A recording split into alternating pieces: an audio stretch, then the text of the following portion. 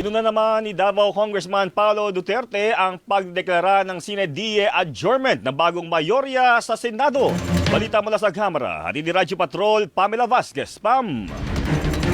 Yes, sa pahayag bumelta si Davao City Representative Paulo Duterte sa 12 senador na nagsasabing gusto lang magtrabaho at pairali ng kaayusan sa institusyon. Pero agad isinara ang sesyon matapos umanong makuha ang kapangyarihan o kontrol sa kapulungan. Pinuna rin ng kongresista ang magkapatid na senador Erwin at Rafi Tulfo at sinabing napakadalian niya magpanggap na matapang sa harap ng kamera at mikropono at ginagamit umano nilang sandata maging ang galit ng publiko bilang puhunan. Dagdag pa ni Duterte na hindi programa sa telebisyon o ratings game ang Senado.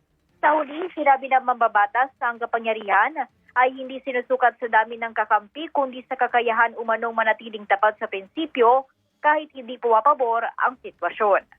Yan ang balitang kumpirmado, sigurado.